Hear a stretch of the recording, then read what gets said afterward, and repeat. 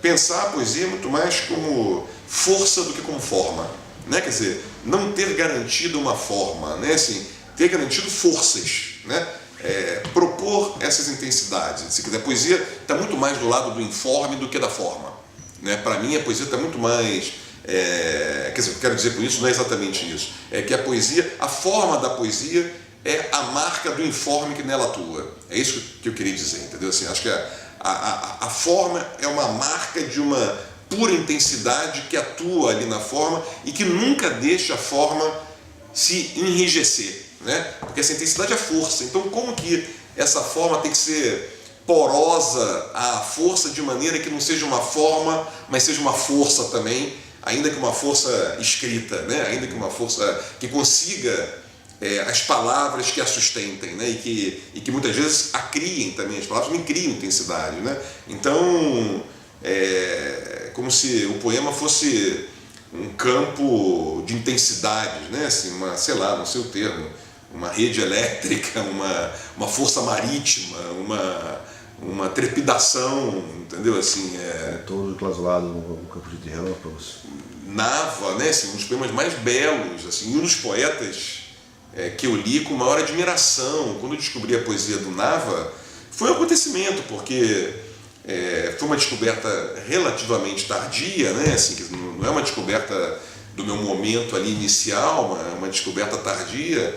E quando eu li o Nava, eu falei, caramba, tudo aquilo que eu venho escrevendo ali de A Fronteira Desguarnecida, talvez o Nava seja um poeta, quando eu li, eu falei, caramba, uau, olha o desguarnecimento todo, né? Esse corpo atravessado pelo mar, vulcão, né? O mar que adentra, a arrebentação, tudo mistura com apartamento, com quarto, com corpo, as vísceras e o fora do corpo. O Nava é o poeta por excelência, me parece, assim, do que eu chamo de desguarnecimento das fronteiras.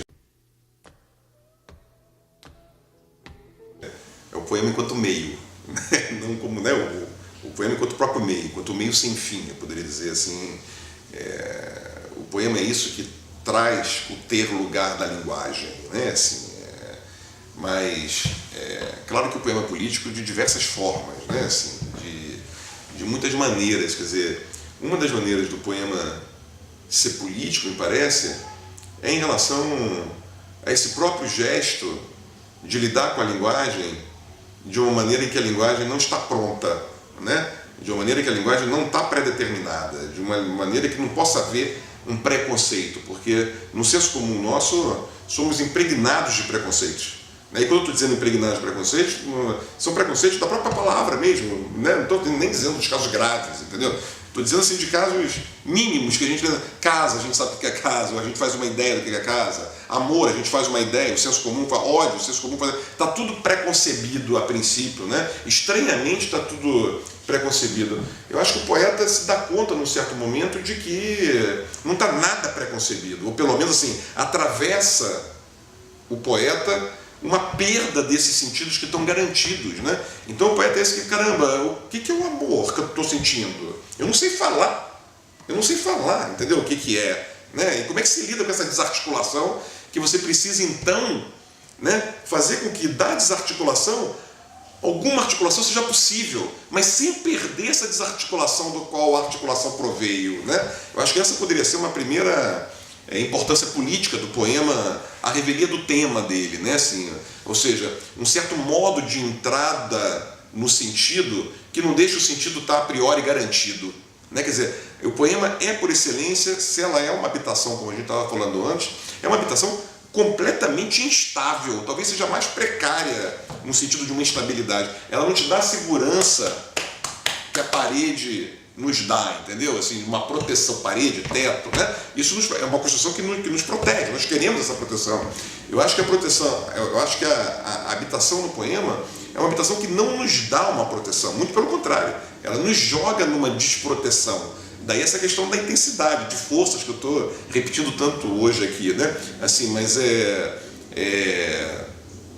Assim, talvez seja esse, né? Talvez o Agamben pudesse dizer, em termos agambenianos, já que você colocou o Agamben, você citou ele, que a princípio o poema trata de uma inoperância da linguagem, né? Quer dizer, isso é bonito, né? Porque não se trata de fazer uma obra, se trata de fazer uma inoperância, uma não obra, uma desobra, né? Uma a-obra, esse A como negativo, sei lá, entendeu? Assim, né? Se trata de uma anobra, né? Assim, uma inoperância, né? Então, agora, eu acho que além desse que é, digamos assim, um gesto político, para falar com a Bíblia, um gesto, né? Um conceito dele que ele usa muito, né? Mas talvez o poema traz esse gesto político a princípio, né? Assim, a princípio ele já traz esse gesto político. Essa duplicidade é uma questão para mim sempre muito também da minha vida desde sempre, né? Quer dizer, claro que nos últimos anos se intensificou, mas eu sempre fui um cara que viveu no Rio de Janeiro, né? Tem uma vida, fui criado no Rio de Janeiro, uma vida urbana, cosmopolita, numa cidade grande, né? E ao mesmo tempo, desde que eu nasci, eu frequentei muito o Vale do Socavão, né? Porque minha família tem um sítio lá, desde sempre, para mim desde sempre, né? E eu frequentei muito o mato também. Então eu ia para lá, passava as férias inteiras lá, todos os feriados, todas as férias. E isso me compõe. Nos últimos anos, eu acabei ocupando uma parte desse sítio, uma casinha que tem, né, no meio do mato, um lugar lindo, né? Assim, e é isso, você chega lá e é assim, é o azul do céu, é o verde da montanha, entendeu? É o ar, né? Assim, aquilo te invade também, do mesmo modo que aqui na cidade, fumaça, né? Cabeça de rodas e chassis, eu digo lá num certo poema, né? Assim, no mesmo que aqui na cidade, esse dentro e o fora do corpo são indiscerníveis, né? Assim, quer dizer, nós somos compostos, por isso que a princípio parece que está fora, a gente fala também pela sirene, pela buzina, a gente respira a fumaça, né? Isso é o nosso corpo também, entendeu? Né? Um corpo urbano nesse sentido, né? Um desguarnecimento da fronteira entre o corpo e a cidade, né? Na montanha também há esse desguarnecimento, né? Entre você e o ar, entre a floresta e você, a terra e você, o céu e você, né? O tempo, muda a relação com o tempo, né? E muito diferente daquilo que acontece com o nosso corpo na cidade. São duas experiências de morar ou de habitação, como você falou, que afetam o nosso corpo, nesse sentido do mesmo modo, né? Ambas afetam o nosso corpo, mas de um modo muito diferente, né? Então, o estar no meio do mato, para mim, me dá uma tranquilidade muito grande, assim, me dá uma paz irreversível. Socavão, que para mim é tão maravilhoso, o próprio nome, né? O próprio nome, que o nome quer dizer, tem, né? Tem oco, cavo, vão, é uma palavra que se abre toda, né? Uma palavra que ela mostra a falta, o vão, ela mostra a porosidade, né? Assim, e socavão quer dizer, tem um poema agora de socavão que eu gosto muito, que é o que parto de modos do uso, que é uma palavra pouco usada, né? Apesar de ser uma palavra linda e maravilhosa, é uma palavra muito pouco usada no nosso vocabulário, porque o que ela diz ninguém conhece, nós urbanos de modo geral não conhecemos. Mas o Guimarães Rosa, que conhecia tudo, né? Ele usou essa palavra em Grande Sertão Veredas várias vezes, né? Assim, algumas vezes, não várias, mas 5 ou 6 vezes, né? E transformou em verbo, socavar, né? Assim, o Rosa, essa genialidade do Rosa. Então tem um poema que eu parto, né, dos usos do Rosa, dessa palavra, para depois chegar a falar o que é o socavão, né? Assim, propor uma outra leitura porque essa palavra e esse lugar, né? Socavão, que é esse espaço, quer dizer, o socavão quer dizer, literalmente, ele quer dizer essas bacias, esses vãos, esses ocos, esses cavos debaixo da terra, que existem debaixo da terra, de maneira que na montanha, quando chove, a água da chuva bate na terra e atravessa a terra, né? A terra absorve a água da chuva e essa água que atravessa a terra, ela cai nessas bacias, nesses vãos, nesses ocos, chamados de socavão.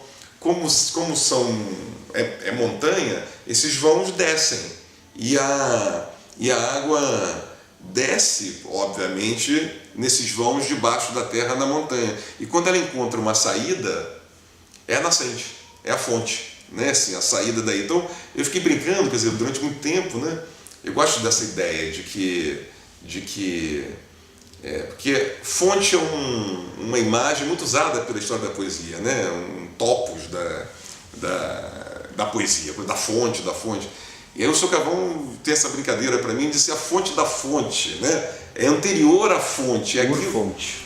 A urfonte, mas ao mesmo tempo, aí que é o legal da história, entendeu? Porque ao mesmo tempo que seria a urfonte, ela não pode ser a urfonte, porque assim, a água dela não é gerada por ela mesma. A água vem de fora, vem de um fora, que é da chuva, entendeu? Então ela está pelo meio também, ela não pode ser uma origem, né? A revelia dessa imagem da origem que a poesia sempre gostou e que a filosofia também sempre se utilizou, né? O momento originário, o momento original, né?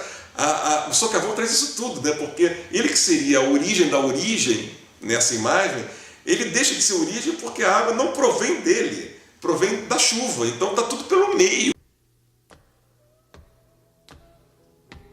Eu acho que essa colocação assim, da autoria da poesia é uma colocação complexa, né? Assim, quer dizer, eu acho que é muito mais uma certa assunção de uma imagem que fazem do poeta, ou até mesmo alguns poetas podem pensar isso, mas eu sempre acho que o poeta é permeado por uma multidão, por inúmeros, né? Assim, quer dizer, o poeta é meio... a questão da autoria do poeta, ela já é inteiramente cindida, né? Quer dizer, nós somos atravessados por muitos poetas que nos atravessam e que nos provocam e que nós falamos com eles, desde eles, atravessados por eles, né? Você está ali no verso, é atravessado, você inventa um outro. Essas múltiplas vozes que aparecem ao longo dos tempos nos livros, né? Assim, podia citar, eu citei hoje Jabés, citei Cavaco, citei Eliot, citei Leonardo Freud, citei Manuel de Barros, citei, né, o Luanda, citei Adane, citei Adelaide, citei Heráclito, Empédocles, e poderia citar Platão e Montaigne, etc. Isso como ser autor no sentido unitário da palavra diante dessa situação, né?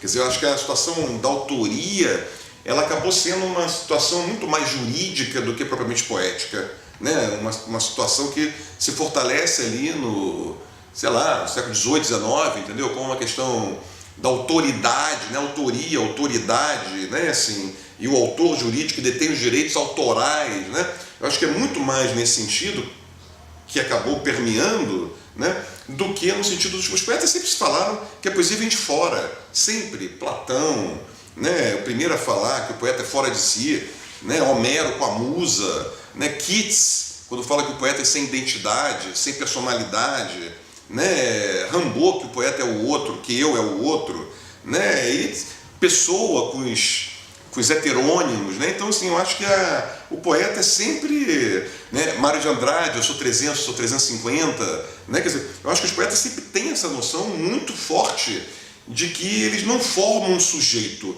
pelo menos enquanto poetas, né? Pelo menos no momento em que fazem poesia ou no momento em que estão lidando poeticamente com as coisas, né? Agora é claro que também desses encontros todos, dessa multidão que está em nós, que nos atravessam, acaba gerando alguma coisa, né? Alguma coisa ali, a qual é dado um nome de uma assinatura, vamos dizer assim, né? Tem uma assinatura, né? Tem uma assinatura. Talvez não exatamente uma autoria, mas tem uma assinatura ali que é dada, uma singularidade de uma voz que vai se criando. Ou um gesto. Ou um gesto.